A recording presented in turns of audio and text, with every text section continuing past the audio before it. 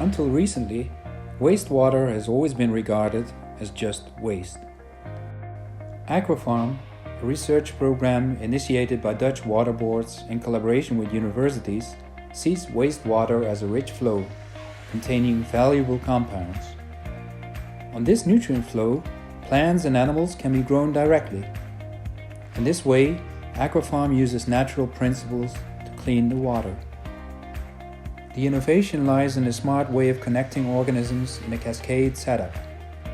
As a result, they will produce high-quality substances while purifying the water. By achieving high biomass production, Aquafarm will recycle phosphorus and simultaneously produce high-quality products. In this way, we will contribute to a circular economy. Next to this, Aquafarm also wants to contribute to the current energy transition. So, a new goal has recently emerged to help mitigate greenhouse gas emission from wastewater treatment. In regular treatment, the water is cleaned using oxygen and microorganisms, a process by which a lot of CO2 is released. Besides, little is known about the emission of other, more potent greenhouse gases, such as methane and nitrous oxide.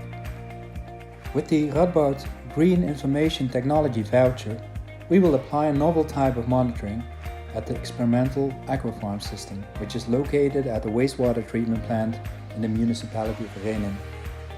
We will generate high-frequency greenhouse gas data in relation to continuously changing water quality, and also in relation to the production of plants and animals. This information is not only crucial for this project, it may also pave the way for the development of an easier way to predict greenhouse gas emissions from wastewater treatment plants and from more natural aquatic systems.